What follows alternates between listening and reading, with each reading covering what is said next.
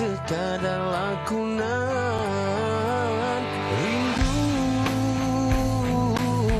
telah melekat dalam hatiku, walau awal lalu rinduku tak berubah.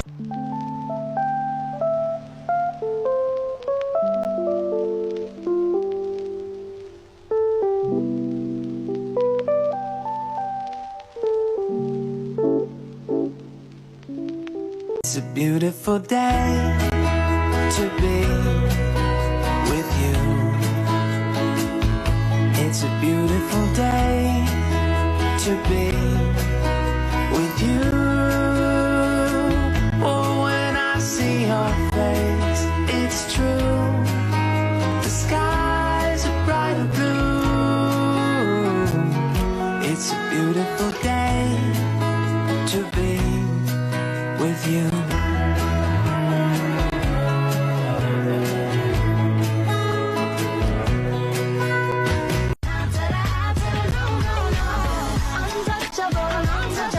Mesti sampai pukul 6 dia terus balik. Okey. Yang paling last tu mungkin dah tepat pukul 6 saya nak balik. Itu yang saya tergelak tu Fatih cakap. Okey, sebelum kita nak mulakan diskusi kita hari ini, kita nak baca jugalah antara komen-komen yang telah pun kita terima. Ini daripada Halijah Hanif. Sugi cakap kita punya apa? Regular. Terima kasih banyak-banyak. Dan juga Puan Natira. Selalu komen.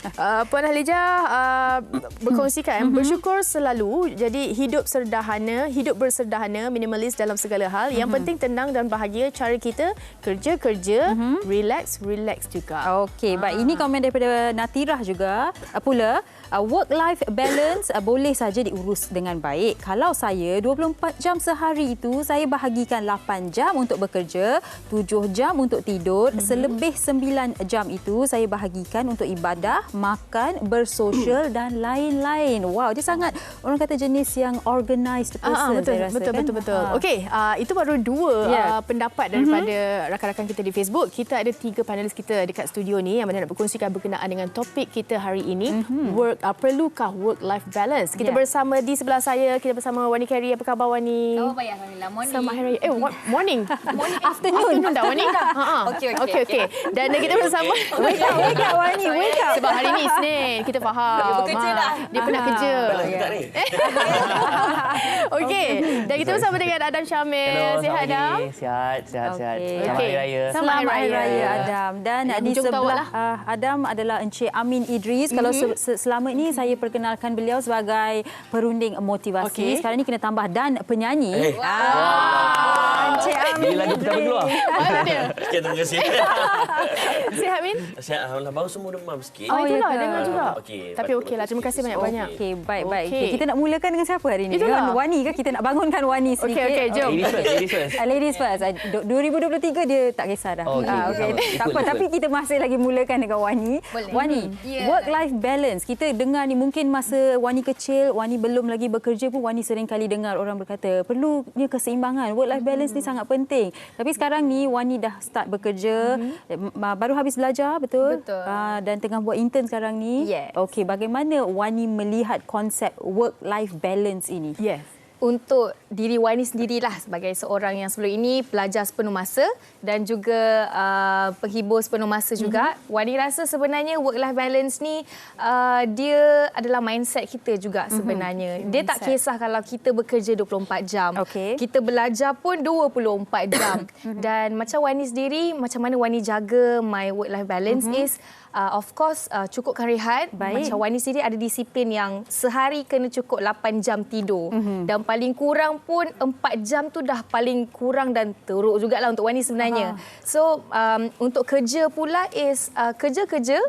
Untuk ada personal life pun bila Wani bekerja, Wani berjumpa dengan rakan-rakan juga. Lepas tu habis kerja kita pergi hang out. So benda tu sebenarnya dalam hidup Wani dia mix. Dia macam dia bercampur. So kalau nak kata ada masa untuk bezakan kerja dan personal tu agak susah sebab setiap hari itu adalah kerja dan pada waktu yang sama my personal life semua bercampur. Tapi macam mana Wani handle is my mindset lah. Wani jangan anggap kerja kena fokus serius. Kalau personal pula kena abaikan kerja. Tak. Benda tu Wani memang balance kan dari segi I have to think positive all the way.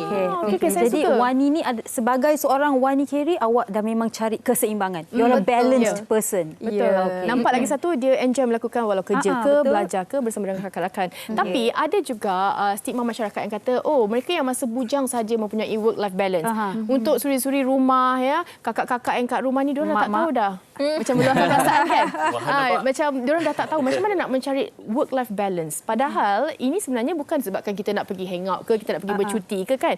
Kita tahu mencari apa yang perlu untuk kita ada me time. Mungkin Adam boleh kongsikan. Okey, first and foremost saya nak ambil kesempatan ini mengucapkan ribuan terima kasih kepada wanita hari ini. Untuk pengetahuan, this is actually my very first national interview. So I'm a little bit nervous. Baru masuk industri juga. Terima kasih Adam. Amin. So a lot of you must be wondering, siapa Mamat ni kan?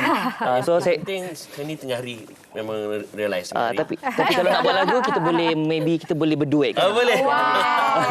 So saya actually dari Sabah. Okay, so hello to my Sabahan family. So life balance ni is actually something that we take for granted all the time kan. Macam when we talk about life balance, sometimes a lot of people don't really understand the definition. Tapi bagi saya secara personal, I think it's very, very important to be able to love what you do. Okay, sebab if you don't love what you do, macam it feels like, it feels like a misery kan, macam tu. So in my opinion, kalau saya sebenarnya merupakan seorang content creator by profession. Started making content dari 2016 waktu belajar kat sini. So I love what I do. So dia tak rasa macam bekerja tau. Tapi at the same time, being a content creator, being an uprising singer-songwriter as well, a singer-songwriter as well, dia memang macam sometimes you tend to forget about yourself.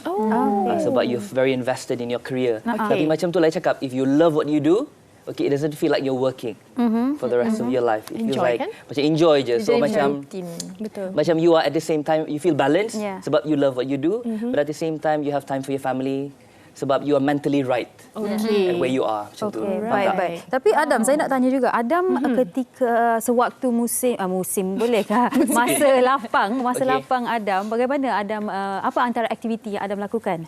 Okay, antara aktiviti. Because you see, saya sebenarnya I wear many hats actually. I sing, I make videos, make contents. Ada ramai yang mengenali saya sebagai seorang content creator. So during my spare time, I actually write a lot. I make videos a lot. Sebab like I told you before, it doesn't feel like I'm working tau. Because waktu masa lapang tu, I still do what I love. That is creating content. So aside from the fact that I spend most of the time with my mother and my grandmother who's at home right now, who's watching, probably, I also invest a lot on self-improvement lah. Adakah konten-konten tu daripada pemerhatian Adam juga diimplementkan apa?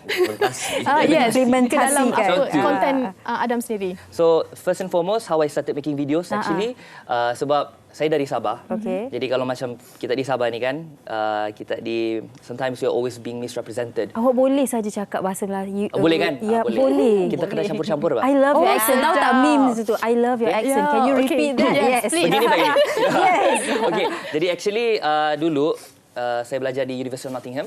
Okay, jadi every single time kalau di KL dulu kalau cakap Melayu mesti I try to maintain my Sabahan accent lah. I try not to, orang bilang cuba tak cakap macam KL lah macam tu kan. Tapi sometimes because you're very influenced by your friends, so kita kena asimilasikan, faham tak? Tapi ada satu hari ni saya cakap Melayu, tiba-tiba like a lot of people lah thought I was Indonesian.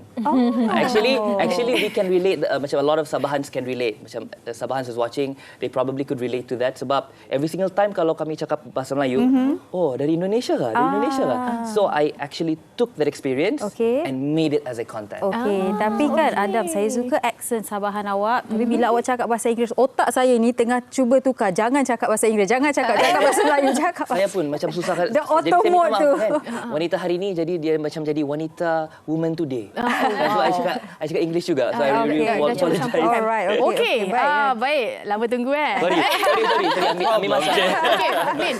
Amin, kalau kita bercakap mengenai mengenai work-life balance ni, bagaimana sebenarnya untuk kita mencari titik kata kestabilan dalam pekerjaan kita. Kita faham tuntutan kerja, kadang-kadang ramai orang yang suka juga duduk rumah tapi disebabkan kata keperluan dan sebagainya, mereka terpaksa keluar dan mencari kerja. Dan juga bagaimana untuk seimbangkan life kita, rohani kita dan juga keluarga kita. Okay, sebelum saya jawab soalan tu, kita kena establish dulu the real challenge of life ialah bila kita dah berumah tangga. Setuju. Betul kan? Macam Wani belum lagi, Syamil? Belum lagi. Okey, so the real challenge, saya ingat lagi saya punya... Tiga yang tak berumah tangga dia, nampak tak? Semua dia. Satu je setuju. Saya ingat lagi salah seorang nakib usrah saya masa saya belajar dulu, Ustaz Fadil Noor, arwah Ustaz Fadil Noor. Dia kata, cabaran kehidupan ialah bila dah berumah tangga. Dan dia bertambah lagi bila dah ada anak. Dan bertambah lagi bila you ada kedudukan dalam masyarakat. Masa itulah the real challenge comes. Masa itulah kita betul-betul diuji, sebab memang betul we must love what we do. Tapi sometimes when we love too much what we do, kita abaikan anak-anak kita. Betul. Dan kadang-kadang mungkin pasangan kita rasa terabai. Dan kadang-kadang mungkin keluar ayat kan, macam kau kahwinlah dengan kerja kau. Nampak tak? Ouch. Ouch kan. That's the reality. Okay, itu pertama. Reality kedua, adakah situasi sekarang getting better untuk kita mencapai work-life balance? Okay. Berdasarkan beberapa kajian, so far is not so good.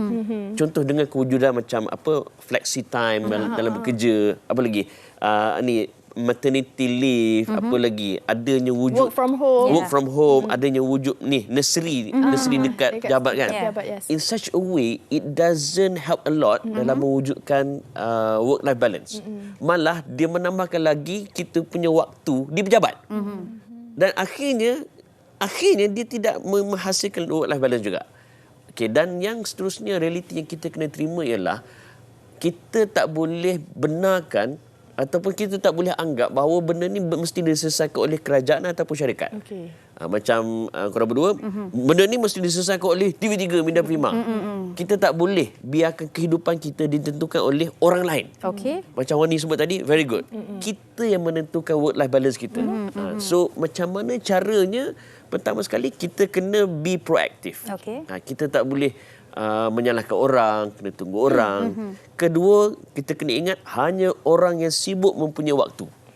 Sebab orang tak sibuk, masa itulah dia tidur manjang, kadang-kadang dia termenung. Dia kata apa? Boring lah, tak tahu nak buat apa.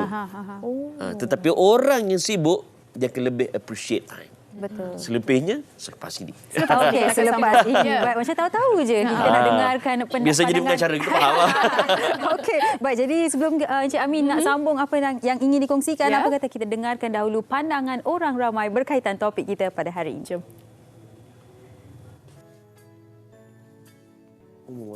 Okay, work-life balance ni apa yang saya faham, kita kena uruskan kita punya jadual seharian dengan baik. Okay, maksudnya means kalau macam contoh kita sebagai wanita yang berkerjaya, okay, pagi kita akan set masa kita untuk 9 pagi hingga 6 petang untuk waktu kita bekerja. Bila balik rumah, kita uruskan untuk rumah tangga pula lah. Means macam anak-anak kita pun perlukan kita punya masa. Sebab anak-anak ni dia memerlukan kita. So bila kita seimbangkan kita punya jadual seharian kita tu, kita punya mental health pun akan terjaga lah. Semua orang bila bekerja, dekat tempat kerja pasti ada stres dia. Jadi bila kita bekerja, tak ada balance of life kita tu, so kita akan jadi macam orang yang akan kemurungan, dia akan jadi tekanan jiwa. Dalam masa yang sama, benda yang paling worst case scenario, dia boleh jadi bunuh diri. So kita perlunya work-life balance tu adalah untuk kita tenangkan diri, mendekatkan diri dengan Tuhan ke, itu perlu. Benda tu, perkara tu sangat-sangat perlu dan sangat diperhatikan. Kalau macam saya sebagai seorang ibu dan isteri kan, work-life balance ni penting untuk bukan sahaja mental health saya dan mental health untuk suami dan anak-anak saya, ibu bapa saya dan orang sekeliling saya. Sebab bila mental health kita tak sihat, benda tu akan efek bukan diri kita je efek orang sekeliling kita. So bila kita okey, orang sekeliling kita pun okey. Bagi saya, work-life balance ni adalah keseimbangan di antara kehidupan kita dekat pejabat ataupun bekerja lah secara umum dan antara personal life kita. Di mana kita kena membahagikan masa dengan sebaiknya antara waktu kerja dengan masa untuk diri kita sendiri. Baik, yang pasti Fatin, kesemua mereka bersetuju yang work-life balance perlu. ni sangat penting dan perlu. Baik, kita nak tanya Wani. Wani, daripada apa yang Wani kongsikan tadi, nampaknya Wani dah dapat balance-nya. Tetapi nak tanya juga, kadang-kadang walaupun kita dah dapat balance di antara pekerjaan kita, apa yang kita lakukan di luar pekerjaan, ada dalam kalangan mereka yang boleh juga rasakan burnout itu disebabkan kerja tu, kan? Wani pernah tak mengalami situasi sebegitu? Pernah, sebab sebagai seorang penghibur, kerja kami bukan office hour. Betul. Kami bekerja, orang kata on standby. Dan boleh kata 24 jam, 24 jam jugalah. Sebab macam waktu malam pun sepatutnya kita tak diganggu. Tapi kadang-kadang ada deadline, ada due date yang kita kena siapkan, ada kerja-kerja yang kita kena hantar. Jadi agak rasa macam orang tak faham ke waktu kita untuk berehat, tapi kita yang memilih kerja itu dan kita kena tanggung segala risiko yang kita pilih itu. Dan Wani anggap saja benda itu adalah sebagai satu cabaran dan cara untuk kita mematangkan fikiran kita dalam untuk handle setiap situasi yang kita ada. So macam rasa burnout memang ada dan macam mana Wani overcome is kena pandai pilih kawan, kena orang kata bersabarlah. Ajar diri untuk bersabar, untuk terima, untuk redha di atas apa kerja yang kita buat ni. Dan untuk masa lain pula Wani akan bersenam. Kalau rasa stres lagi, Wani akan ajak family pergi bercuti, ajak diorang pergi shopping. Yang penting jangan duduk di satu tempat untuk siapkan kerja tu. Sebab kerja kita orang ni very flexible. Mana-mana Wani rasa kalau pergi bercuti pun, kalau rasa okey kita buat. Jangan streskan diri untuk siapkan di tempat yang kita bekerja tu kalau kita mampu buat kita burn out lah. Boleh saya katakan itu coping mechanism Wani, Encik Amin, betul ya? Cara Wani release dia punya stres ataupun cara mengatasi burnout itu. Wani dia reframe maksud rehat.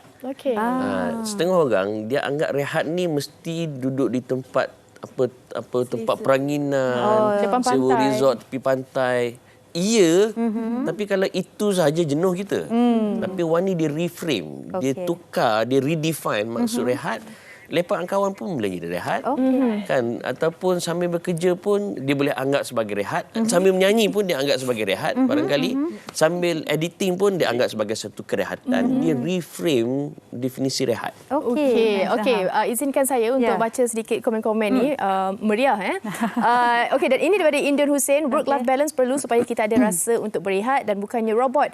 Dari pagi hingga ke malam masih bekerja. Kasihan. Okey, saya rasa yang saya paling nak baca yang bawah sekali tu. Nama penonton ni namanya Fiza Sabjahan. Min, macam aku kenal lah itu. Ramai yang kenal dia. Min, work life, love, jangan lupa kena balance. Cintai dirimu. Love yourself lah. Alah. Nampak? Kita refleksi diri. Betul. Dan kita nak bercakap mengenai, kadang-kadang kalau kita bercakap perlukah love lah tiba-tiba. Perlu ini. Work-life balance ni sebenarnya dia ada sangkut paut juga ketenangan, rasional kan. Kita perlu rasional untuk kita jalankan antara kerja, kehidupan kita selesaikan satu persatu. Mungkin Amin boleh komen juga. Sebelum tu saya suka bila Wani kata dia kerja 24 jam. Samalah Syamil pun. Kita yang tak kerja dengan orang ataupun bukan kerja makan gaji, kita ni jenis on the go. Cuma kena ingat satu benda, ada satu quote dia kata, if you are working by yourself but you still have to watch movie during the weekend, your life is not still balanced. Still not balance lagi. Kau kerja sendiri tapi kena tengok movie weekend juga. Maknanya you masih lagi terikat dengan kerja. Faham. Bila you kerja sendiri, sepatutnya you kena ada freedom. You boleh tengok movie anytime sepatutnya. Tapi still kena tengok movie weekend. Apa ke benarnya kerja sendiri? Betul, faham. Apa soalan tadi? Rasional kan. Dia gini, satu lagi bila saya sebut tadi hanya orang yang sibuk mempunyai waktu. Yang kedua, kita kena ingat sometimes the small thing matters the most. Supaya kita rasional lah. Saya ingat tak masa kita PKP dulu. Saya ingat anak-anak saya kata this is the best moment dengan saya selama dalam hidup dia. Sebab apa? Masa Ramadan kita sahur dengan dia, berbuka puasa dengan anak-anak, tarawih dengan anak-anak, tadarus dengan anak-anak kan. So dia rasa this is the best moment ever. Dan menyebabkan saya tersentak seketika. Maknanya selama ni tak cukup. Not enough kan. Dan masa rupa-rupanya benda simple je. Apa dia? Contoh saya tengok kartun dengan anak-anak. Okay. Benda tu simple je, tapi bagi dia it is the best moment in their life. Noted ni. Kan? Contoh terbaru saya share minat anak-anak saya minat Demon Slayer. Saya tak layan pun sebelum ni. Tapi akhir-akhir ni saya dah mula mengenali siapa itu Tanjiro Kamado, kan? Nezuko Kamado, kan? Nezuki. Dia terjebak. Terjebak kan? Tapi momen bila saya tengok dengan dia orang, lepas tu bercerita pula tentang spoiler. Siapa itu Mitsuri, siapa itu Rengoku yang meninggal dunia, kenapa menangis. Jadi anak saya kata, best sangat Daddy. Kan? Dia rasa seronok bila macam hari ni, hari Isnin, keluar episod baru kan. Petang ni, lepas balik sekolah, dah plan dah nak tengok sama-sama. This small thing, walaupun nampak kecil, tapi it matter a lot. Dan benda itulah sebenarnya mencipta fokus kita dalam hidup agar lebih balance dengan kerja. Okay. Silakan. Very quickly add, Amin cakap about how we take things for granted, and it's very true. Macam sewaktu pandemic tu, while a lot of people were actually struggling mentally, physically, and also financially, tapi it was actually one of the best moment juga. Sebab masa tu lah I really got to spend time with my loved ones. Sebab itulah macam sometimes ni kita, sebagai seorang penghibur, sometimes we tend to forget about the ones that matters to us the most, kan? Like for me, I was raised single-handedly by my mum and my grandmother. Oh, nice. So waktu PKP tu, that was the time where I got to spend time with them kat rumah. Macam rasa masakan ibu dan nenek juga. So PKP actually I would consider macam blessing in disguise lah, sebab I realised that I've actually been taking things for granted. So it was an opportunity, peluang untuk saya actually bersama-sama dengan orang yang tercinta lah. Betul-betul. Saya boleh bersetuju juga. Sebab apa? Kalau kita tak mempraktikkan work-life balance ni, kadang-kadang kita yang sebagai kita ada keluarga, memang kita kena cari duit dan sebagainya kan untuk tuntutan kehidupan. Tetapi kesan daripada segi emosi kita, kadang-kadang kita bawa balik keluarga kita, dia sedikit sebanyak boleh rasa juga kan. Tapi bagaimana pula Min? Kalau untuk mereka, suri rumah ni, memang itu je hari-hari kerjanya. Macam mana? Memang dia orang kata luangkan masa bersama dengan keluarga. Tetapi untuk diri mereka ni, bagaimana mencari keseimbangan tu, Min? Sebab tu suami isteri, suamilah terutama sekali, dia kena seek first to understand, to be understood. Kalau suami nak difahami, dia kena fahami isteri juga. Barangkali ada waktu-waktu tertentu, dia kena benarkan isteri untuk ada her own me time. Suami jaga, duduk rumah lah sekejap, jaga anak, semua benda. Biar isteri pergi lepak dengan member just for 1 or 2 day or 1 day pun tak apa kadang-kadang. So itu pertama, kena ada mutual understanding dengan pasangan. Kedua, suri rumah ni bagi saya lah, they are the most strongest woman in the world. Bukan setakat suri rumah je, suri rumah yang bekerja pula. Macam Fatin kan. Terima kasih, Min. So yang ni saya suka guna apa yang saya sebut dengan Wani tadi, reframe balik. Reframe, rupanya kerja aku ni ialah salah satunya bila dapat lepak dengan anak-anak, itu satu kerehatan sebenarnya. Perasan tak, kita tengah penat letih kerja, all the hectic things. Bila balik rumah, anak-anak kejar peluk kaki kita. Hilang segala kepenatan. Because of them. So sometimes kita kena ada reason yang menjadikan ia meaningful. The more meaningful the reason is, segala kepenatan hilang. Dan itu juga komen daripada Shasha. Katanya suri rumah pun perlu work-life balance, tapi perlu bahagikan masa dan keluarga. Barulah tak stres walaupun duduk kat rumah sahaja. Sebab tu jangan marah tau kalau suri rumah suka layan drama. Dan kadang-kadang dia lebih drama dan drama. Itulah me time dia. Me time dia. Only me time. Dan Adam, saya nak tanya Adam tadi, berbalik pada komen daripada penonton yang bernama Fiza Sabjahan tadi. Work-life, love balance. Tadi Adam berkata love is very important. Betul, love is very important. Dan daripada apa yang Adam kongsikan juga, kita tahu yang Adam sangat-sangat mencintai apa yang Adam lakukan. You love your job, you enjoy doing it. But bercakap mengenai love with your loved ones, apart from Adam, kerjaya Adam, tadi awak berkata yang PKP sangat membantu. Tapi sekarang ni, bila Adam dah ke Kuala Lumpur, bagaimana Adam mencari balance itu, work, life, love with your loved ones? So macam PKP tu kan, dia betul-betul kasih, like a realization, eye opener, an eye opener as well, and a sense of realization betapa pentingnya, to spend time with your family and loved ones, and to appreciate what you have before you lose them. So even though sekarang ni kita bukan lagi PKP, okay, tapi melalui PKP itulah yang telah memberi kita pengajaran, which is to not take things for granted. So even though it's not PKP, even though I'm in KL, even though right at this interview right now, macam I would always spare macam moments to call them, tanya apa khabar, okay, buat apa sekarang, you know. And then bila balik, so that little conversation is very meaningful, and I do not want to take it for granted. And we should not, and all of us should not take it for granted as well.